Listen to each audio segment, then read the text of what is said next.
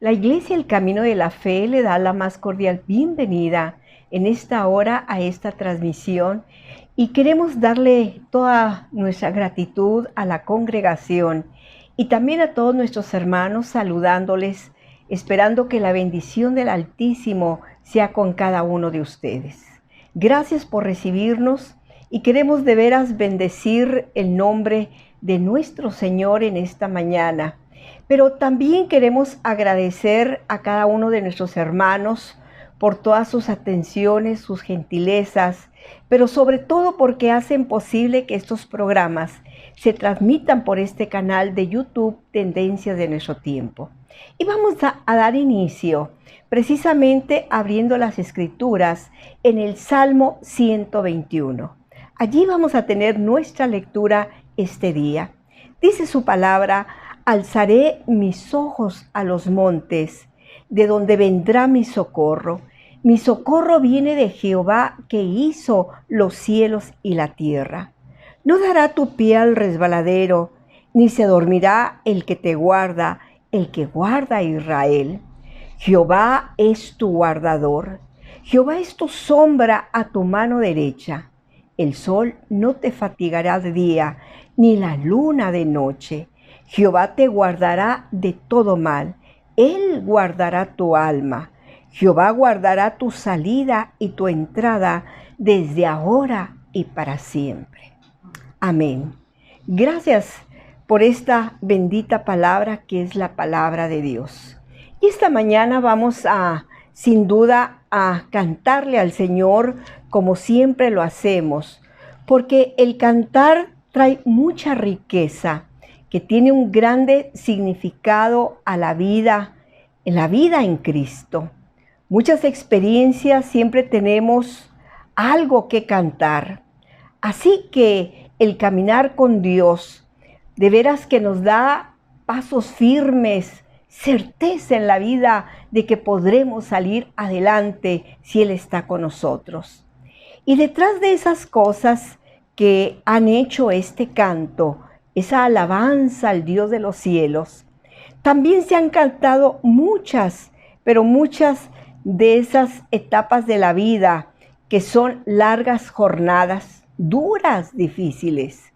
Hoy más que nunca sentimos que la vida realmente es difícil, pero los creyentes se han visto consolados por ese caminar quizá cansado, pero no cansado en la fe preciosa de Jesucristo, el Hijo de Dios, sino cansado de tantas cosas y que Dios nos ha dado esas fuerzas para seguir adelante, porque sabemos que Él está con nosotros. Y este día usted y yo podemos decir: nunca, nunca Cristo me ha dejado y tampoco nunca me ha desamparado.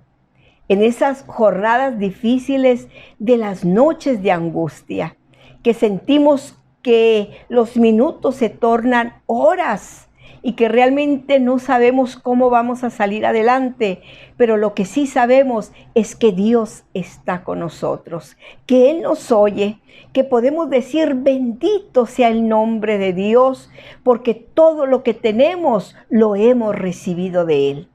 Pero también podemos decir que le cantamos a esa salvación tan grande que Cristo Jesús murió por cada uno de nosotros. Yo le invito para cantarle a aquel el cual en la cruz del Calvario llevó todas nuestras enfermedades, también nuestras dolencias y nuestros dolores. A ese Cristo que nos ha amado y que realmente usted y yo somos gratamente bendecidos. Así que esta mañana cantémosle al Señor con todo nuestro corazón. Nunca, nunca Cristo me ha dejado, nunca, nunca me ha desamparado. En la noche oscura, en el día de prueba, nunca Jesucristo me desamparará. Nunca, nunca Cristo me ha dejado, nunca, nunca me ha desamparado. En la noche oscura, en el día de prueba, nunca Jesucristo me desamparará. Yo tengo un Dios que oye lo que pido. Yo tengo un Dios que quita todo mal. Yo tengo un Dios que cuida de mi vida. Yo tengo un Dios que se llama Jehová. Yo tengo un Dios que oye lo que pido. Yo tengo un Dios que quita todo mal. Yo tengo un Dios que cuida de mi vida. Yo tengo un Dios que se llama Jehová. Bendito sea Jehová la roca por toda la eternidad.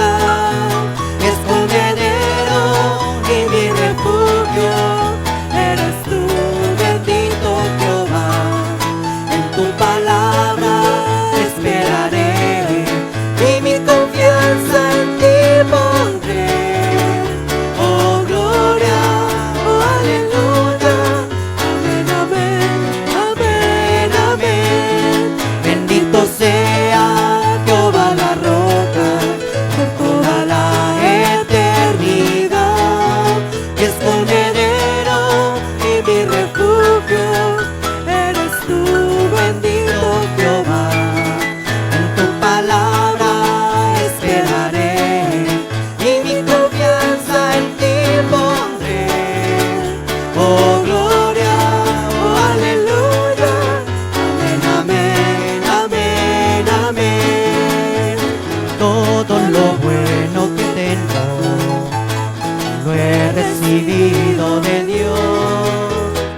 Me ha dado todo en su gracia, me ha dado todo en su amor.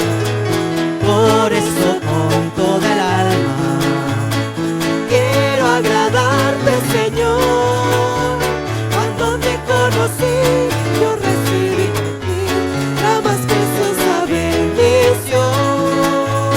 Yo recibí de Dios la grande salvación, por eso soy feliz en Él. Todo lo bueno que tengo lo he recibido de Dios.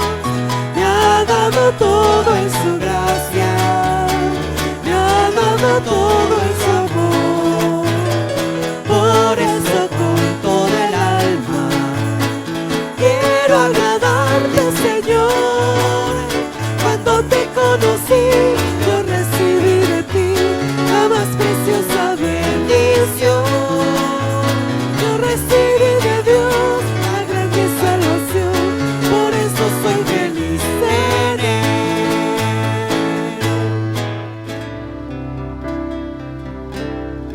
Tú que justo me haces, que llevas mis cargas y permaneces fiel.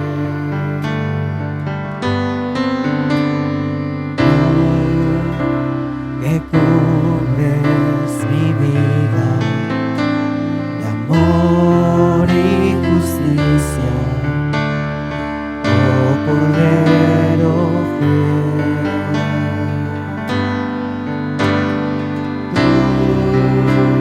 Cordero de Dios, llevaste en ti todo mi dolor.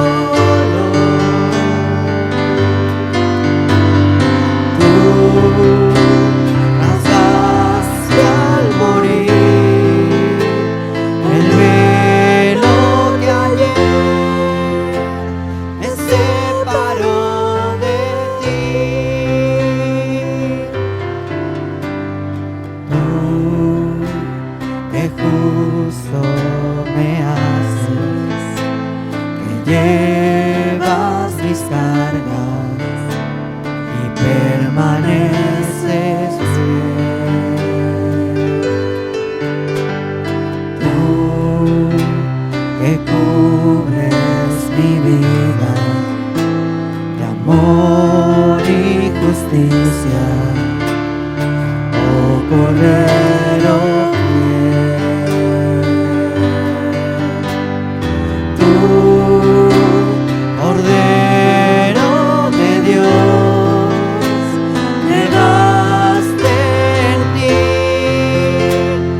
todo mi dolor.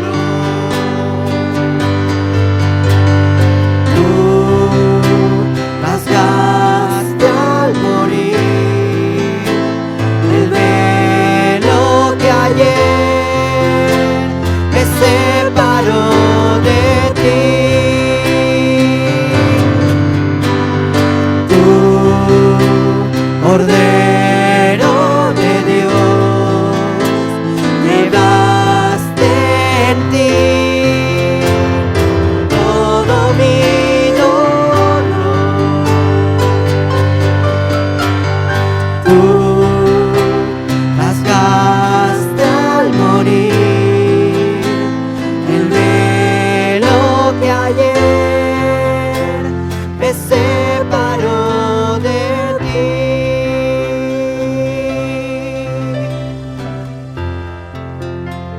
Me separó de ti.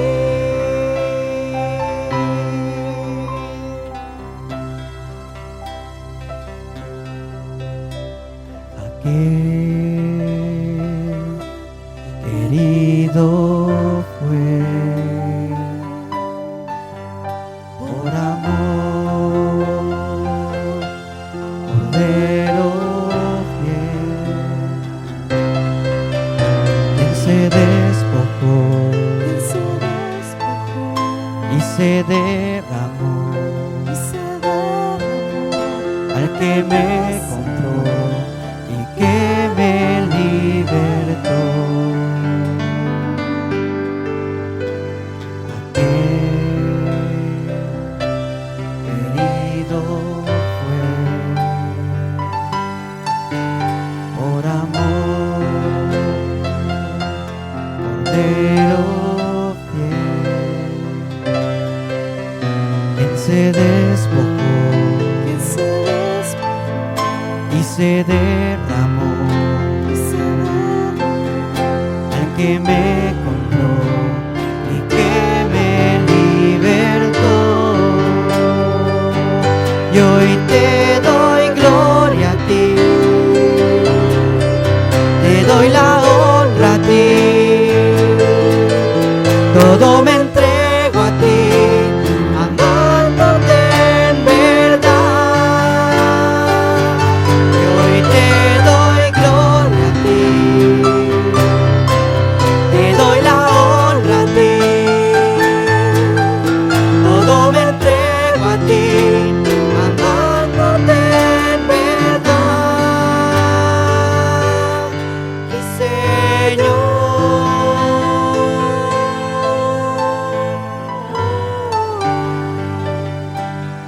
Mi Señor.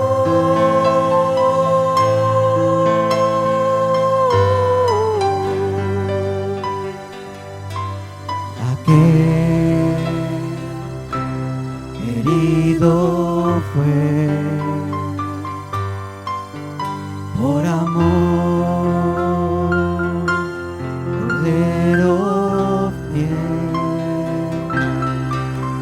quien se despojó y se derramó al que me compró y que me libertó. Y hoy te doy gloria a ti, te doy la honra a ti, todo me entrego a ti, amándote en verdad. Hoy te doy gloria a ti,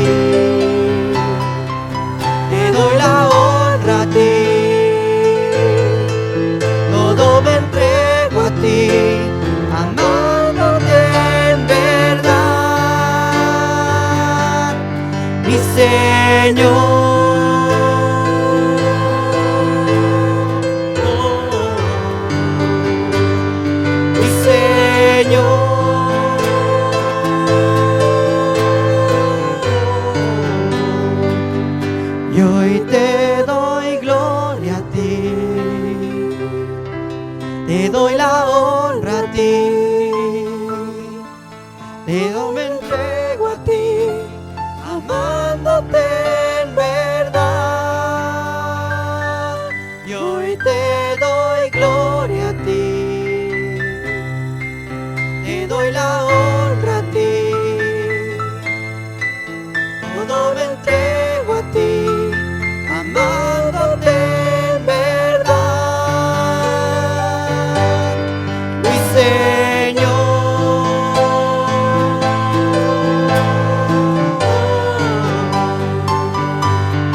mi Señor.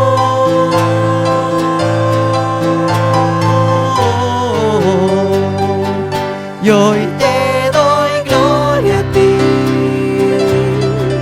te doy la honra a ti, todo me entrego a ti, amándote en verdad.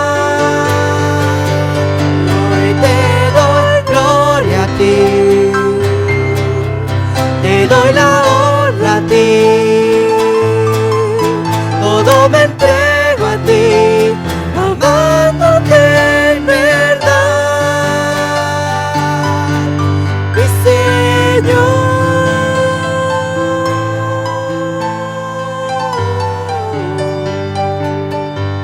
Mi Señor,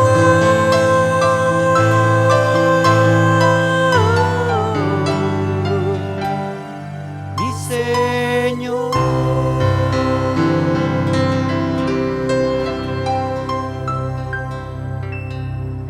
Dulce refugio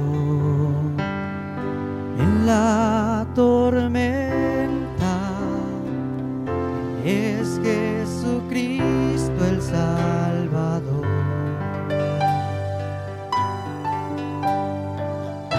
Él me alienta y alimenta con su palabra y su amor. Dulce refugio en la tormenta es Jesucristo el Salvador. Él me alienta y alimenta con su palabra y su amor. Vengo a reposar en Él es mi amigo fiel, una poderosa y fresca unción llenará mi corazón.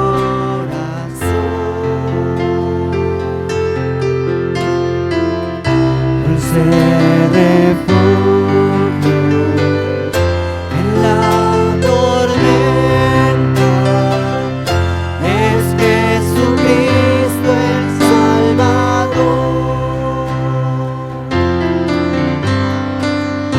Dulce refugio en la tormenta es Jesucristo el Salvador. Él me alienta y alimenta con su palabra y su amor.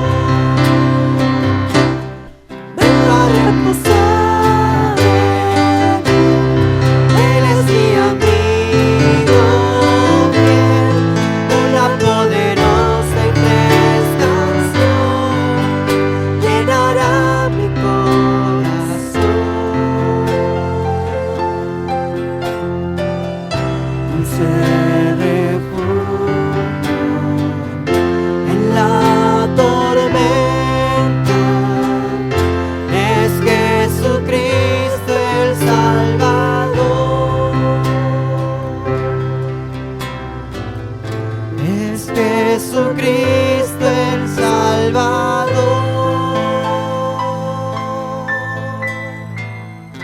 Es Jesucristo el Salvador.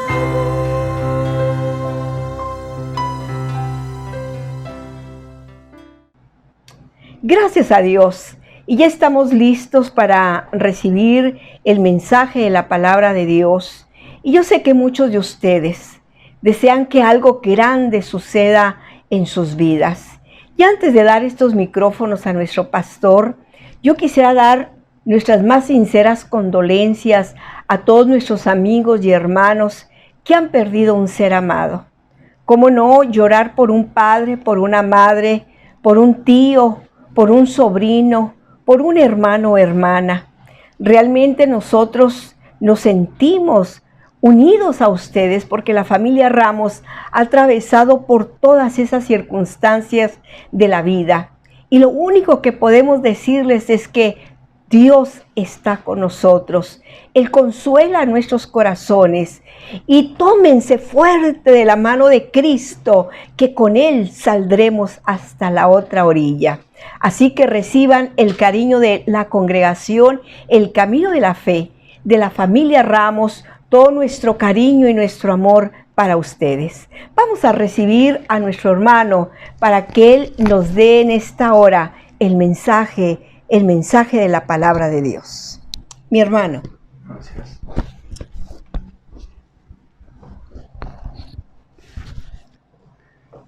Pues gracias, mis hermanos, por este nuevo día que Dios nos concede para, ahora sí podemos ir para reunirnos a través de este medio y disfrutar de la convivencia en la fe. Esperamos, desde luego, que Dios nos ayude y hemos visto cómo la iglesia ha sido tan favorecida en este tiempo de problemas laborales, de problemas de salud. La iglesia ha tenido buen tiempo y yo le agradezco a Dios esa generosidad que ha desarrollado en favor nuestro.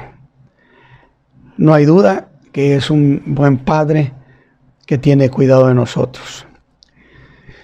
Muy bien, mis hermanos, pues ustedes saben que he estado enseñando o reflexionando, ya no diría predicando, pero sí reflexionando sobre el tema de la salvación, que es un tema que debe ser muy bien conocido. Muy conocido para que el creyente sepa qué es lo que disfruta, qué hizo Dios con él. Y para que el que enseña pueda enseñar con fidelidad la palabra de Dios. Definitivamente. Y bueno, en realidad yo digo que estamos llegando al final de nuestro camino en este tema de la salvación, que sin duda lo hemos disfrutado. Y mire usted que hoy nos toca hablar sobre el tema de la santificación. Y voy a usar, hay muchos pasajes que pudiera utilizar, pero yo voy a utilizar un pasaje o pasajes que parecerían contradictorios, que no tienen cabida en esto que estamos mencionando, y que está en 1 Corintios, capítulo 1, versículo 2. 1 Corintios, capítulo 1, versículo 2. Y luego el capítulo 3, versículo 1. Y mire, se los voy a leer. Dice el apóstol Pablo, está escribiéndole a la iglesia que estaba en Corinto. A la iglesia de Dios dice que está en Corinto. Y mire usted lo que les dice: santificados en Cristo Jesús. Y luego agrega: llamados santos. Y a todos los que invocan el nombre de nuestro Señor Jesucristo en cualquier lugar, ¿sí? Señor de ellos y de nosotros. ¿Qué calificación les pone ahí en los Corintios? Santificados en Cristo Jesús y además llamados santos. Pero luego nos sorprende el apóstol en el capítulo 3, versículo 1. Dice, de manera que yo, hermanos, no puedo hablaros como a espirituales, sino como a carnales. Y entonces yo tengo que decir, hermano Pablo, pues ¿en qué quedamos? Santificados en Cristo Jesús, llamados santos, pero con todo y eso no puedo llamarlos a ustedes espirituales, sino tengo que verlos como gente carnal. Y esta reflexión, y que yo esperaba que este fuera el último mensaje sobre el tema de la salvación, pero realmente hay tantas cosas que no quisiera dejarlas pendiente. Como dicen los escritores antiguos, si no quiero dejarlas en el tintero. De tal manera que ahora que hablamos de la santificación, que es un acto de separar a alguien o alguna cosa para un fin específico. Ahora, yo estoy hablando en términos de fe. Entonces, al hablar de separar, pues yo estoy hablando de separar para el servicio de Dios. Porque puede tener muchas otras connotaciones. Pero yo no estoy hablando de eso. Yo estoy hablando de cuestiones de la fe cristiana. Y luego encontramos también pues la palabra santidad, que es una referencia a un estado en que vive un creyente en relación a la santidad que Dios ha otorgado como medida para el creyente. Es decir, siempre tenemos que entender una cuestión.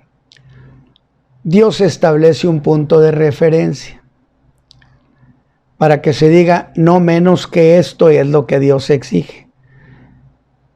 Y la santidad en Cristo Jesús es la santidad que el Padre vio en su Hijo Jesús, que es como la exigencia para todo aquel que se llame creyente en Cristo Jesús.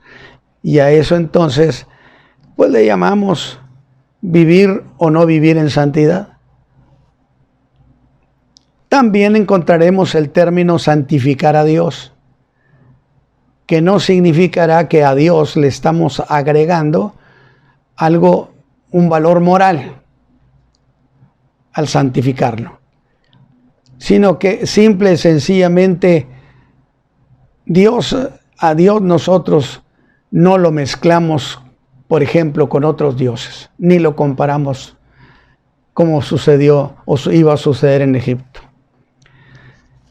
Así que ya he leído esta palabra y puedo decirle que estamos llegando pues al final de la doctrina de la salvación, que es una obra en la cual hemos insistido en todos los mensajes, que es una obra que Dios hace en un tiempo que no se puede medir, o sea, no es medible en términos de tiempo. Sin embargo, dijimos, sí es posible explicar todas las cosas que sucedieron en nuestro interior, en nuestro corazón, para poderlas explicar. Y que es totalmente legítimo. Es decir, Dios nos justificó, nos regeneró, nos adoptó y por último nos santificó, que es el último mensaje de esta serie de la salvación, la santificación, que es el tema de este día. Y como siempre, mis hermanos, esperamos ser bendecidos con la participación del Espíritu Santo, que le dé sentido a las cosas, que ponga ese calor y esa alegría de la reflexión de las cosas que Dios ha hecho con nosotros. Que en otras palabras, yo siempre lo digo, para que le dé sentido y razón de ser a la enseñanza. Por cierto, he empezado hablando de este asunto de la santificación, citando unos pasajes que más bien, si usted lo leyó junto conmigo, parecerían una contradicción. Santificados en Cristo Jesús, llamados santos, pero no puedo hablarlos como a espirituales, sino como a carnales. Es una contradicción en cierta manera, aunque no lo es, que hablaremos de eso. Es que el apóstol está escribiendo a una de las iglesias del primer siglo, que yo, en mi manera de valorar las cosas, la considero como la iglesia más problemática del Nuevo Testamento. Y digo la más problemática del Nuevo Testamento porque en el Nuevo Testamento no tengo noticias de otra que fuera tan complicada como la iglesia de Corintios. Por eso digo, esta se gana el primer lugar. Y insisto, cuando menos hasta la información que yo tengo o que nos proporcionan las dos cartas que el apóstol hace a la iglesia de los Corintios. Que en realidad cuando yo prediqué sobre esta primera y segunda carta, yo hice una aclaración y dije que más bien a mí me parecía un resumen de todos los problemas que pueden suceder en las iglesias de todos los siglos. Es un catálogo. ¿Quieres encontrar los problemas de este tiempo? En las cartas a los Corintios los encuentras. Ahí hay de todo.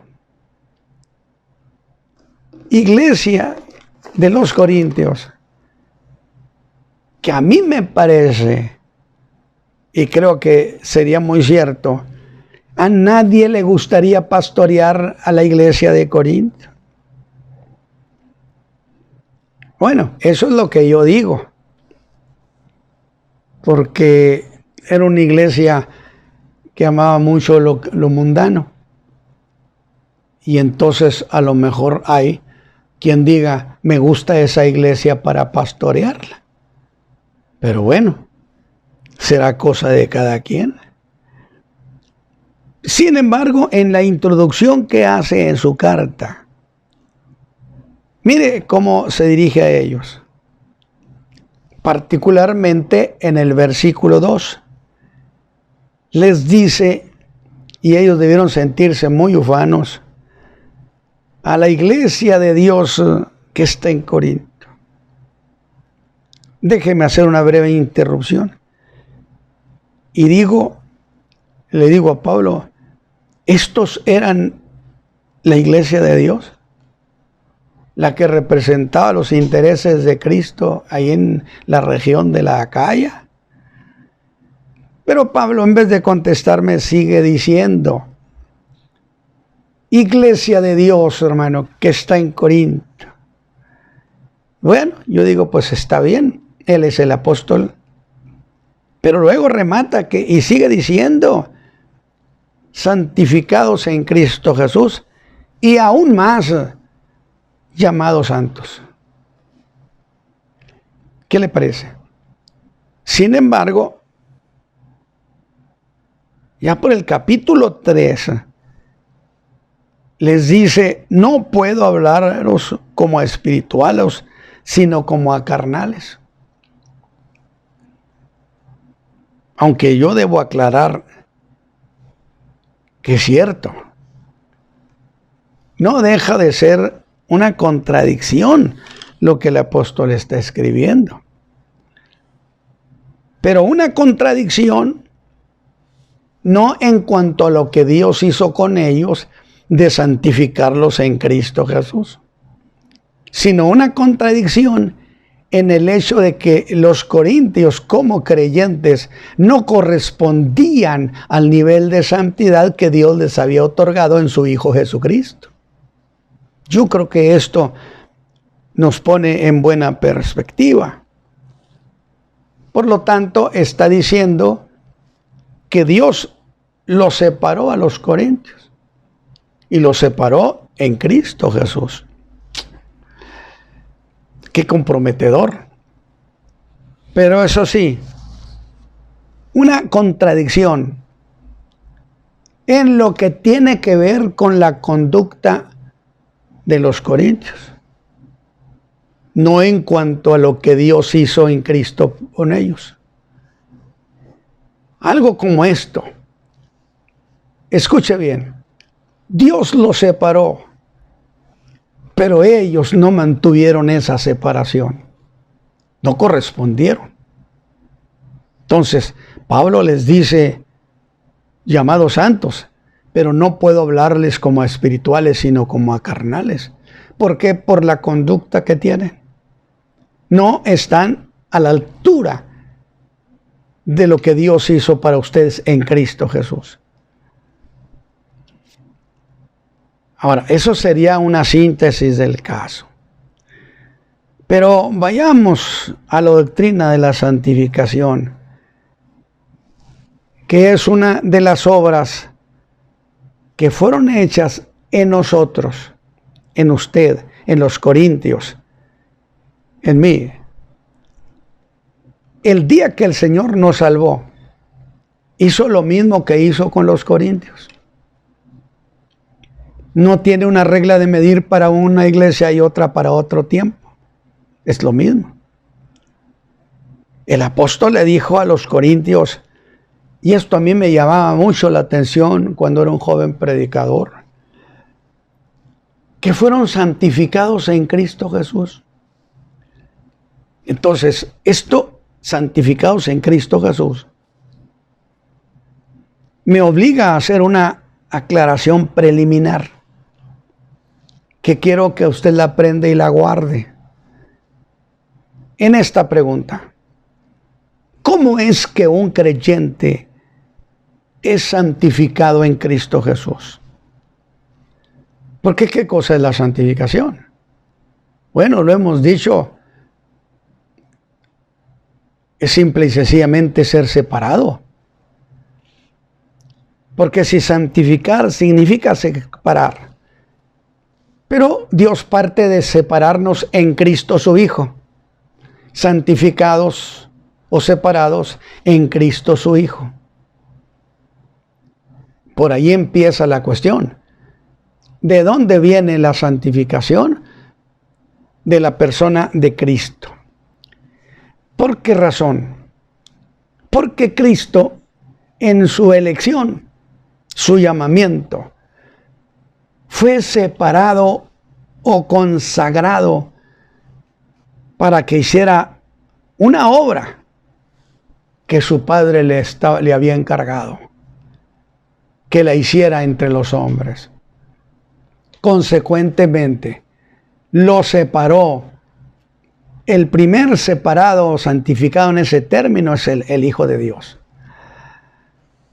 Luego, el día que nos dio salvación, fíjese por dónde va la cuestión. Estoy tratando de explicar cómo es que somos santificados en Cristo. Porque entonces estamos pensando en que hubo una obra preliminar o una obra a cargo exclusivamente de Dios, que nos santificó en Cristo Jesús su Hijo. Pero estamos diciendo, ¿y cómo sucede eso? Bueno, es que acuérdese que el que hace la obra de la regeneración es el Espíritu Santo. Él es el que hace la nueva criatura, el que trae existencia al nuevo hombre. Pues precisamente en esa obra que el Espíritu Santo hace, dice la Escritura que nos injertó en Cristo, nos puso ahí en Él. Pues de allí que se diga, estamos en Cristo. Estamos en el que fue separado y se mantuvo separado y agradó a su Padre que lo hiciera. Por consecuencia, cualquiera que está en Él es santificado en Cristo Jesús. Y se diga que estamos en Cristo Jesús. Y si estamos en la persona en quien fue separado, nosotros participamos de su separación, de la misma condición de gente separada para Dios.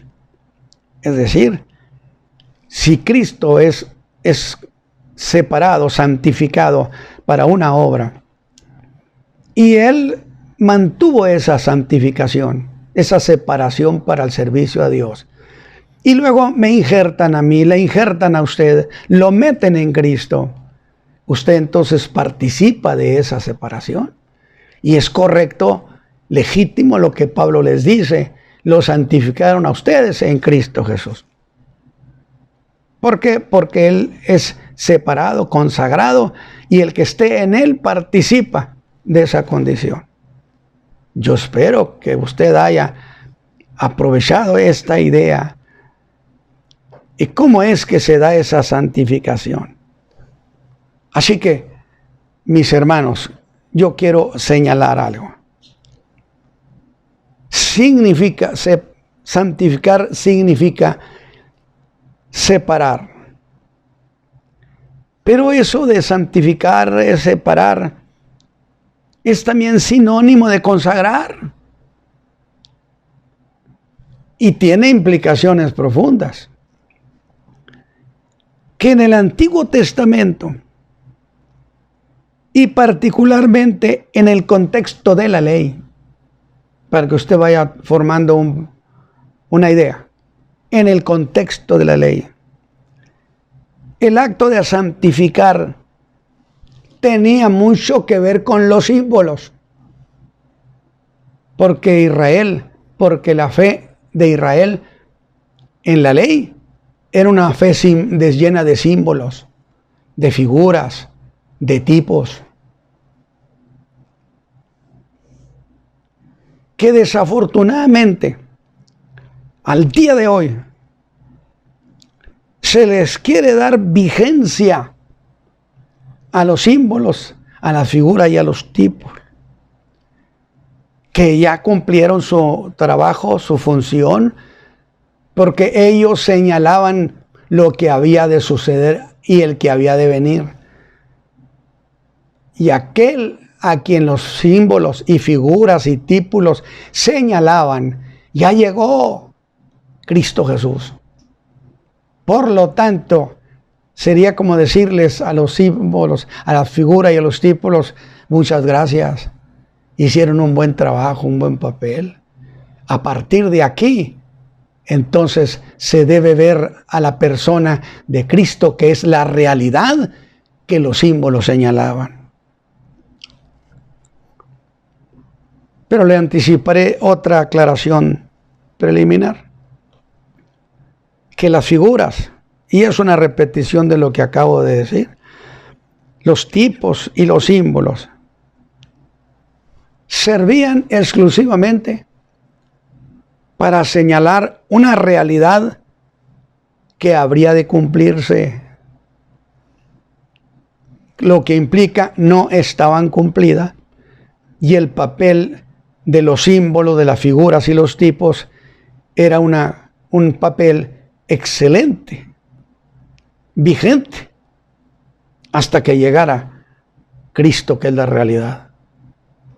Más allá de Cristo, no es conveniente que se use la figura de los símbolos, los tipos, para darles vigencia. Porque cuando Cristo viene, ellas quedan caducas. Los símbolos quedan sin valor. Usted me va a decir de inmediato, ¿cómo es posible? Bueno, debo hacer la aclaración.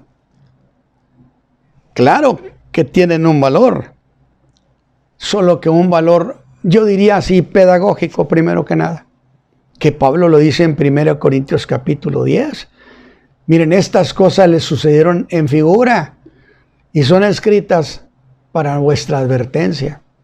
Es decir, hay un valor de enseñanza, por supuesto, que no podemos descalificar como cosas sin utilidad, pero no en el sentido de sustituir la realidad. Tenían un valor, tienen un valor histórico, además del pedagógico, porque hablan de cosas que sucedieron en tiempo y lugar. Consecuentemente, tienen un valor histórico. Pero no los quiera usted levantar para que tomen un lugar de la realidad, del cual, según el apóstol Pablo, dije yo, en 1 Corintios capítulo 10, se toman grandes enseñanzas, pero sin la eficiencia del antiguo sistema bajo la ley. ¿Por qué estoy hablando de esto? Es que ahora los usan para sustituir la realidad de lo que representaban los símbolos. Yo lo dije, el aceite de la unción, no cualquier aceite, porque hoy venden cualquier tipo de aceite y dicen es aceite ungido. Bueno, es un buen negocio.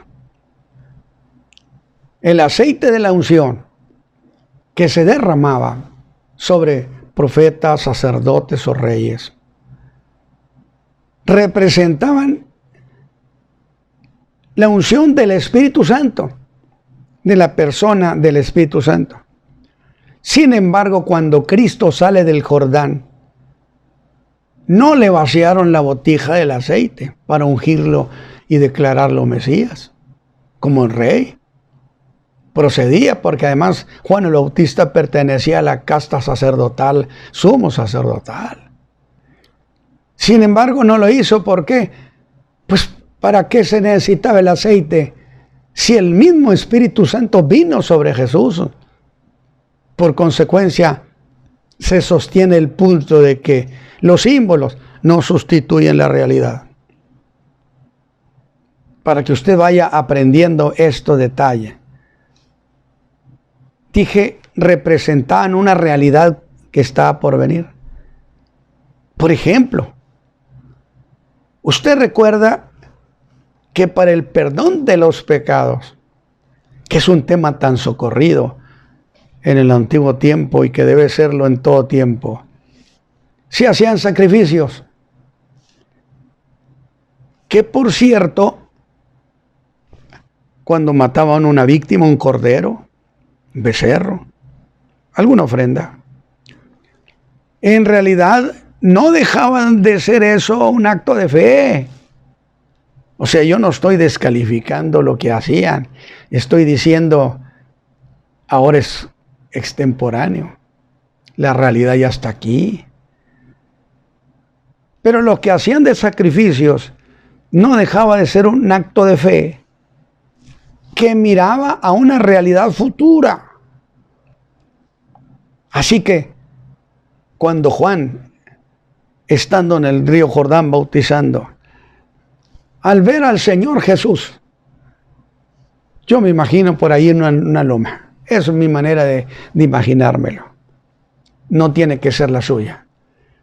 Exclamó, emocionado: «He aquí el Cordero de Dios que quita el pecado del mundo».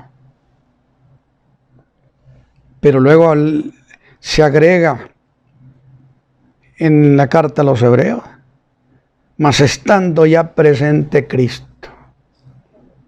Es decir, ¿para qué quiero sacrificar corderos si tengo al verdadero Cordero, que es la realidad que aquel tipo señalaba?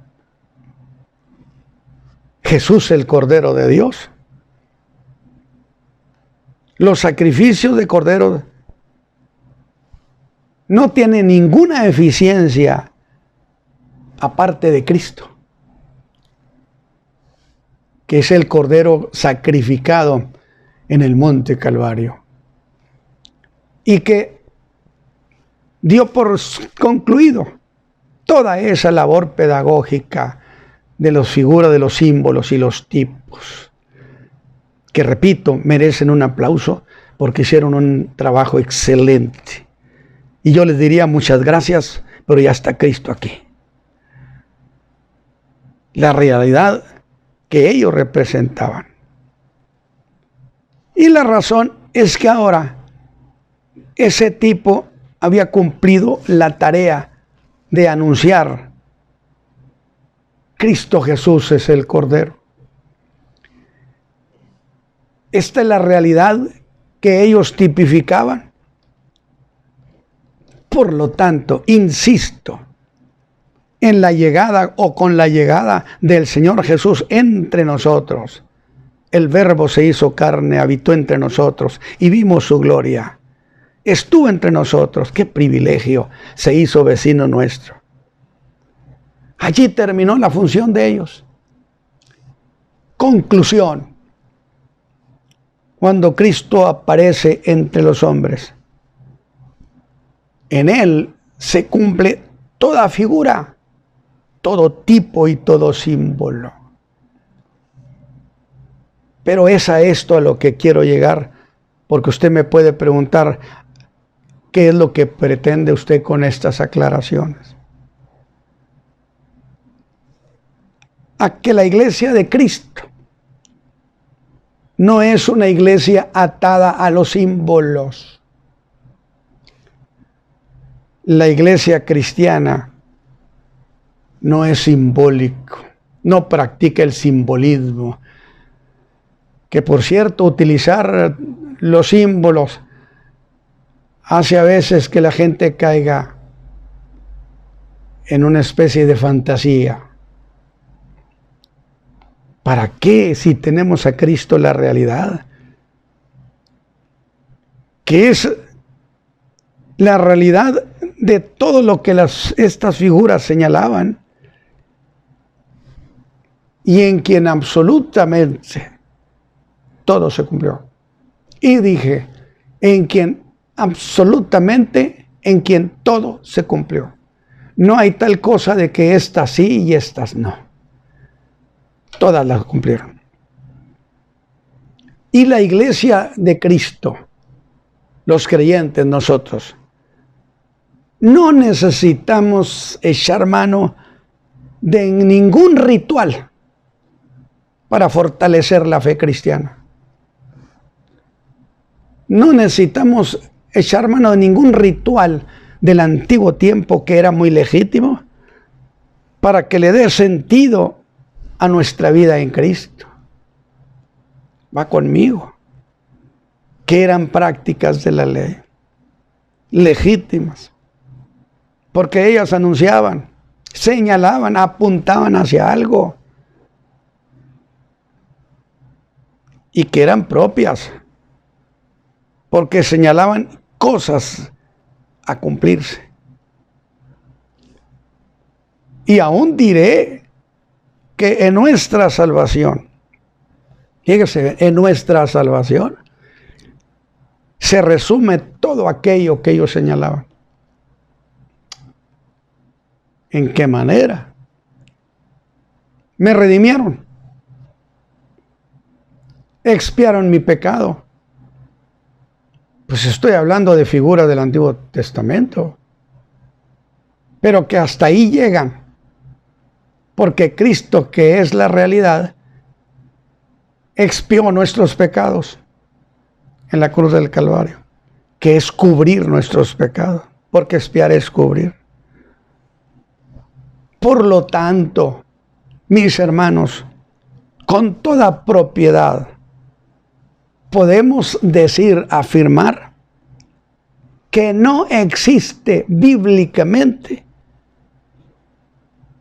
en la doctrina y en las cosas que dijeron los apóstoles en las cartas, en sus cartas escritas a los gentiles, a la iglesia gentil, algo que implicara la más leve idea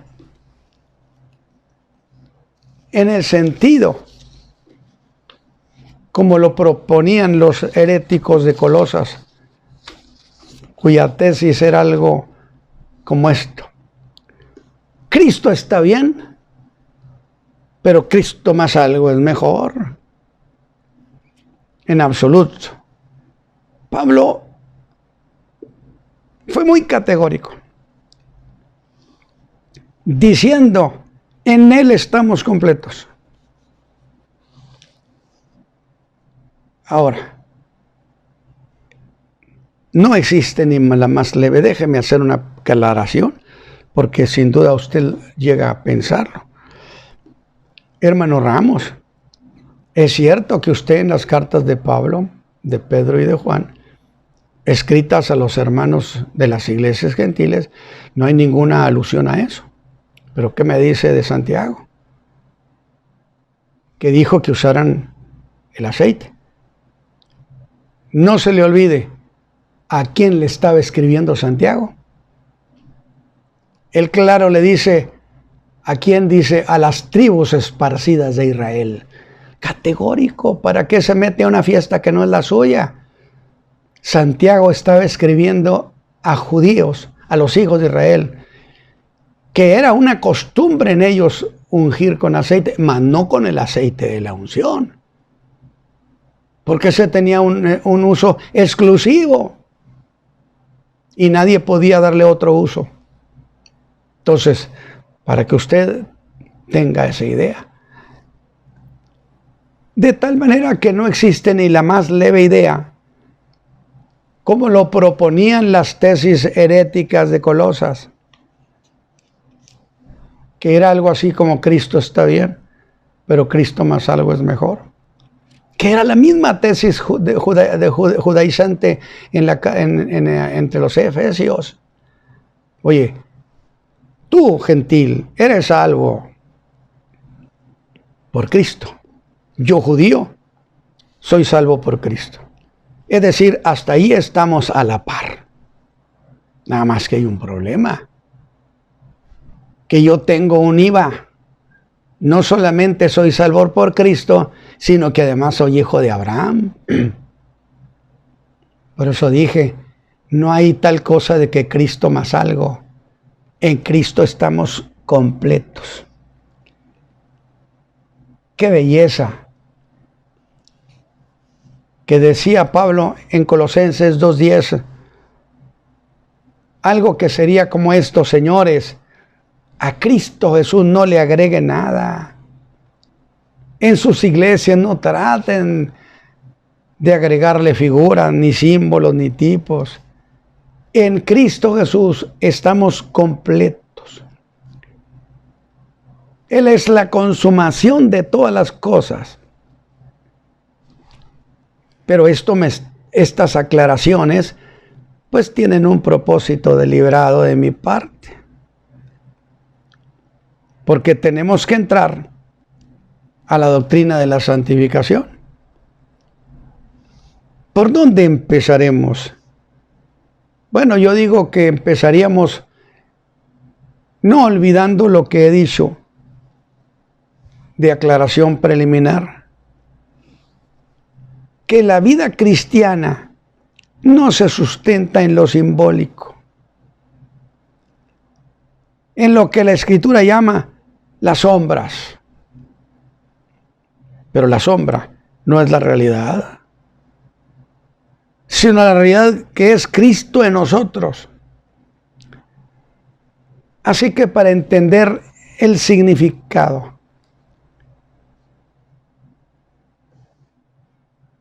de la obra de Cristo en nuestra salvación, la obra de la santificación, que se plantea en el Nuevo Testamento, el pasaje de Corintios que he leído, tenemos que verla en el uso que se le daba en el Antiguo Testamento. Alguien me dijo, ya ves, tú también usas el Nuevo Testamento. Pues ¿quién ha dicho que tenemos que olvidarlo, hacerlo a un lado? Pablo dijo, estas cosas se escribieron para nuestra advertencia, Por supuesto, que es entender de dónde viene la salvación de la raza humana y a dónde va. ¿A qué cosa se le llamaba santo en el antiguo tiempo?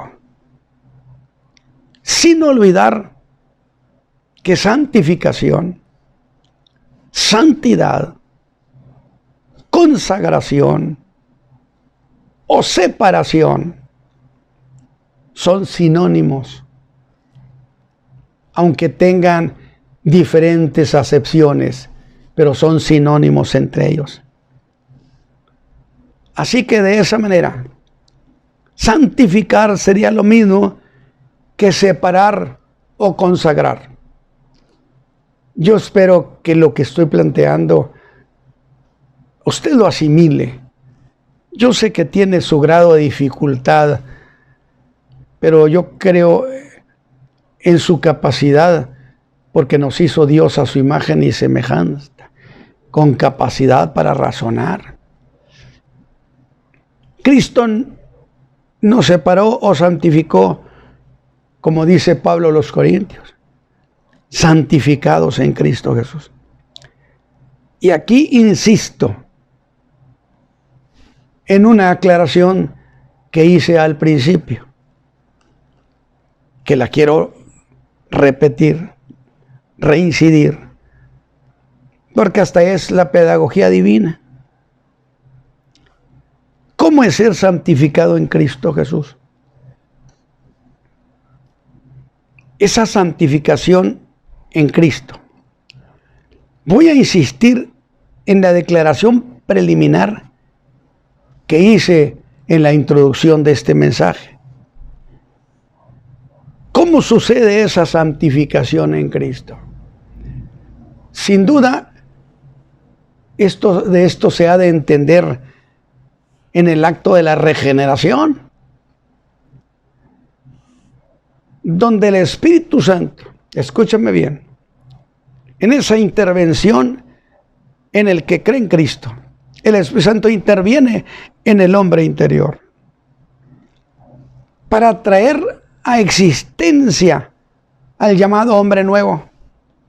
Es decir, el hombre nuevo no existía hasta que el Espíritu Santo obró la regeneración. Y ahora sí tenemos al nuevo hombre y ya no existe el viejo hombre. Vuelvo. El Espíritu Santo, en el momento de la regeneración, de intervenir en el interior del hombre para hacerlo una nueva criatura, trajo a existencia al hombre nuevo, porque no existía el hombre nuevo.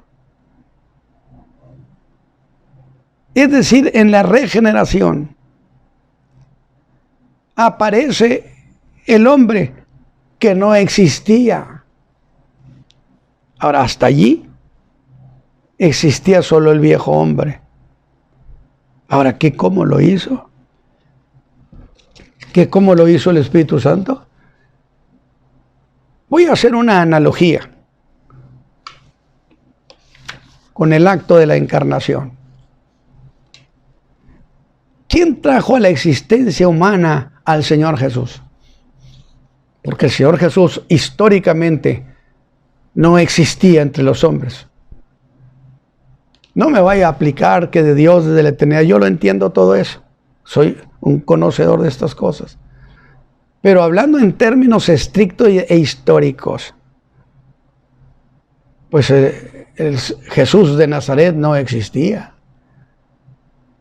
Tuvo que nacer para empezar a existir entre los hombres. Y es el Espíritu Santo el que intervino con María. Y Él trajo a existencia humana al Señor Jesús. El Verbo fue hecho carne, se hizo hombre. ¿Que cómo lo hizo? Se lo dijo a María, que sería engendrado por el Espíritu Santo. Ese sería su padre. Evidentemente, ¿qué hizo el Espíritu Santo? Si a Jesús se le llama Hijo de Dios con mayúscula, evidentemente es porque tiene la naturaleza divina. Y evidentemente el Espíritu Santo, al engendrarlo, tomó de la naturaleza misma de Dios y engendró en María aquel hombre, aquel bebé. Y lo que nace de allí lo llaman Hijo de Dios. Hijo de Dios con mayúscula. El Espíritu mismo es el que engendra ahora, dije que era una analogía. El Espíritu mismo es el que engendra en Cristo. Así como engendró en María a Jesús. El mismo Espíritu Santo engendra en Cristo al hombre nuevo, tomando de la naturaleza de Cristo. Cuidado lo que le acabo de decir, para que no vaya a decir que dije lo que no dije. No estoy diciendo que el Espíritu Santo toma de la naturaleza divina y engendra al creyente, porque no somos dioses. En cambio, Jesús con mayúscula es porque era de naturaleza divina. Pero nosotros hemos sido engendrados indudablemente porque el Espíritu Santo toma de la naturaleza de Cristo. ¿O no se dice que somos hijos en Cristo? Hijos de Dios en Cristo. Yo sé que esto tiene su grado de dificultad cuando usted no está impuesto a manejar esos términos. Pero aquí, en esto que estoy diciendo, hay que recordar que Cristo fue elegido. En la eternidad fue separado para el trabajo que su Padre le habría de encomendar. Y Cristo es un consagrado, es un santificado en ese sentido. Y nosotros, por estar en Cristo, nos convertimos en un pueblo santificado. Toda la razón tenía Pablo al decirles santificados en Cristo Jesús, o separados, porque estamos en quien a su vez fue separado, consagrado para la obra de la redención. Y el Señor Jesús agradó a su Padre. Quiere decir que conservó la medida de la santificación. Y aquí quiero hacer una precisión. Nuestra santificación que se nos otorgó en Cristo no es parcial, sino que es un absoluto. Yo he oído cuando alguien dice que la santificación, esa santificación, es parcial. Entonces vamos a hacer diferencia. Estamos hablando de lo que Dios hace. Y lo que Dios hace siempre es perfecto. Hasta en el Génesis hay un principio. Y vio Dios todo lo que había hecho y aquí que era bueno. Porque lo que Dios hace, lo hace en términos de absolutos. Porque si la santificación fuera en esos términos de parcialidad, ¿acaso entonces nuestra justificación que Dios nos dio en Cristo fue parcial? ¿O nuestra justificación fue un absoluto? Yo quiero que usted lo piense.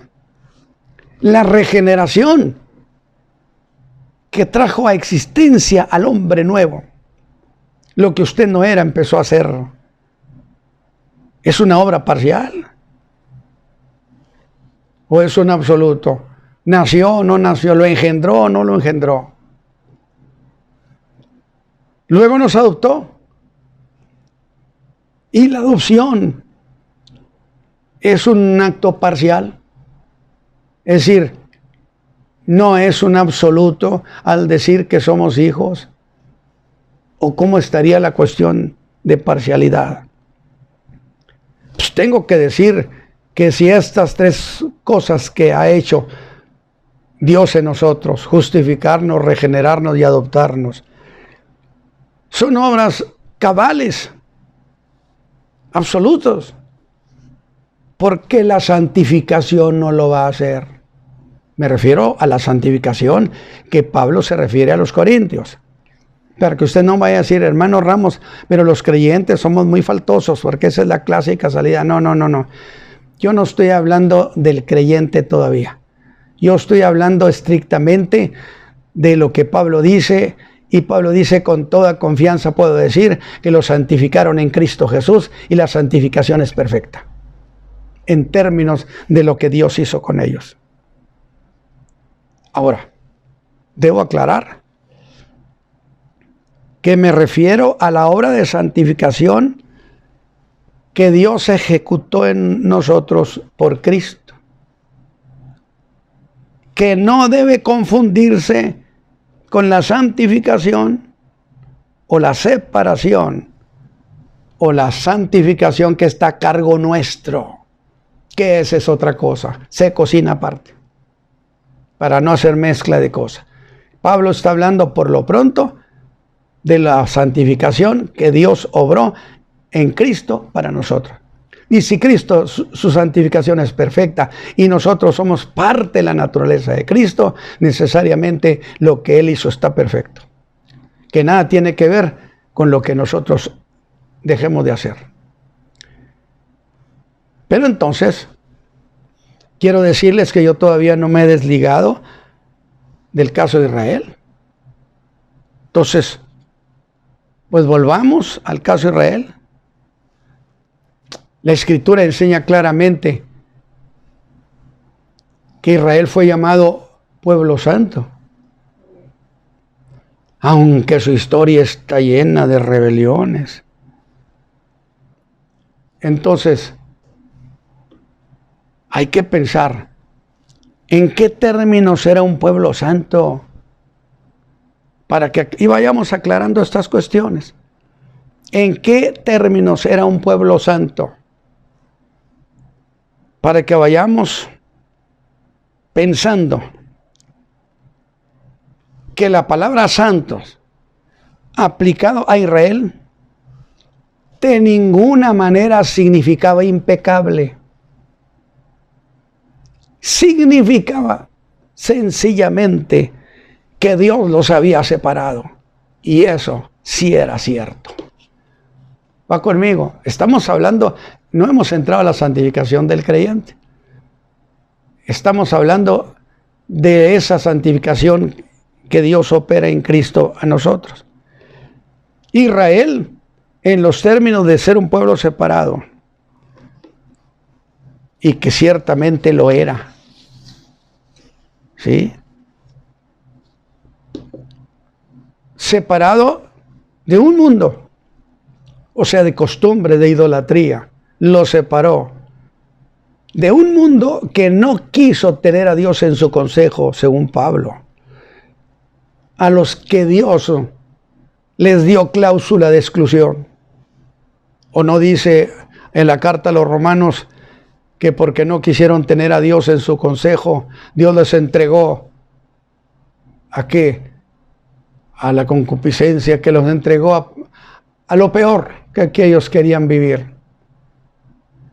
Les dio cláusula de exclusión, y por mucho tiempo en su consejo, ahogado en idolatría, Dios no contactó con ellos. Pero nunca jamás se piense que Dios se desinteresó por la raza humana. Siempre tenía en perspectiva la redención del hombre. Oiga, es duro que nos dio cláusula de exclusión y no trató con nosotros, pues nomás dígamelo. Pero ahora viene con este pueblo, un pueblo que no existía, pero que lo trajeron a la existencia. Vuelvo a lo mismo, a la misma idea. Lo trajeron a la existencia, como trajeron al hombre nuevo. No existía Israel, pero lo trajeron a la existencia. Y después de más de 400 años de estar en Egipto, Dios lo saca de allí. ¿Para qué? Usted me va a decir, bueno, para darle cumplimiento a la promesa que le había hecho a Abraham, a quien también escogió, separó y sacó de Ur de los Caldeos, en una casa de idólatras. Alguien se molestó porque yo dije, pues allí eran paganos y además era un mundo gentil. Pues si no había de otros más que gentiles. Pero entonces Dios los separó para dar salvación a la raza humana. Si usted está viendo, siempre existe un propósito detrás de la operación de Dios. Es decir, Dios no llamó a Israel por Israel mismo, aunque los amó. No. Dios llamó a Israel por un propósito, para que ellos fueran parte de la ejecución de la salvación del mundo. Porque Dios es un Dios de propósito. Israel vino a la existencia por ese proyecto. Esa fue la razón de la existencia de Israel. Y ahí es donde la gente se confunde. Pero esto es lo mismo para la iglesia. No podemos pensar que Dios envió a su Hijo y trajo existencia a la iglesia como si fuera un motivo exclusivo. Porque la iglesia representa el proyecto de salvación para el mundo. Que el Hijo de Dios sea conocido. Y déjeme decirle algo. Fuera de eso, la iglesia no tiene razón de ser. Si no se solidariza con el proyecto de Dios, el Señor Jesús mismo dijo, vosotros sois la sal de la tierra. Pero si la sal se desvanece, no sirve más que para que la pisoteen.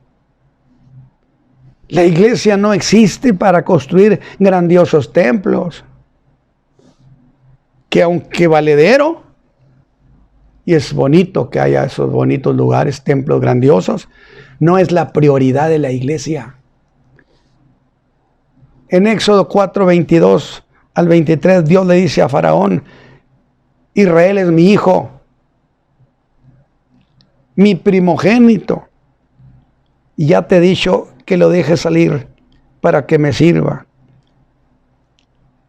Y para aclarar la palabra santificación, le dice muy claro, para que me sirva. La nación entera fue rescatada de Egipto para que le sirvieran, para que pudieran ejecutar libremente los proyectos de Dios. Estando en Egipto no podían hacerlo. Entonces Dios los separó, y ese acto de separarlos de todos los pueblos es lo que define la palabra santificación o la palabra santo, pueblo separado. Y Moisés se lo dijo a Faraón, el Dios de nuestros padres nos ha encontrado y ordena que vayamos a hacerle fiesta. Pero mire usted lo que aquí se dio. Faraón diría, si quieren hacerle fiesta a su Dios, pues háganlo. Pues ahí tienen toda la tierra de Egipto para que lo celebren. Pero Moisés era un rudo negociador de Dios, solidarizado con los intereses de Dios. Y le dijo, no conviene que hagamos así, porque nuestro Dios es Dios único y separado, y no uno de tantos dioses. Santo Dios. Es decir, no vamos a celebrar a nuestro Dios en la tierra en medio de los dioses de Egipto, del buey Apis, de Ra, del dios Sol. No. Nuestro Dios es único y separado. No lo confundan con tantos dioses. No conviene, dijo Moisés. Significaba, no lo vamos a poner a nuestro Dios a la par con los dioses que no son dioses. Aquí tenemos una idea preciosa que se llama santificar a Dios. Usted separa a Dios y a los intereses del reino y no permite que lo cuestionen, que lo mezclen. Y Moisés dijo, escúcheme, con esto termino, porque digo, era imposible terminarlo. Moisés le dijo, camino de 3 días iremos. Y cuando yo estuve pensando en dije, qué buena maniobra hizo Moisés. Pero como quiera le pregunto a Moisés, ¿y por qué camino de 3 días, Moisés? Él diría, hermano Ramos, porque en 3 días ya no estaremos en la tierra de Egipto. En 3 días nosotros alcanzamos a salir de las fronteras de Egipto. Eso era precisamente lo que Faraón no quería, que se salieran de la tierra de Egipto. Allí nos vamos a quedar. Estamos definiendo lo que es la palabra santo, la palabra santificar. Vamos a orar. Padre eterno, permite que estas cosas que hemos señalado se conviertan en una bendición, que favorezcan el entendimiento de tus hijos y vean la obra tan gloriosa y perfecta que tú has hecho en tu pueblo. Por Cristo Jesús, Señor nuestro, te lo rogamos. Amén. La próxima ocasión estaremos hablando entonces de lo que corresponde al creyente. Hoy hemos hablado de lo que Dios ha hecho a través de Cristo. Esperamos que sea una bendición el próximo domingo. Amén. Thank you.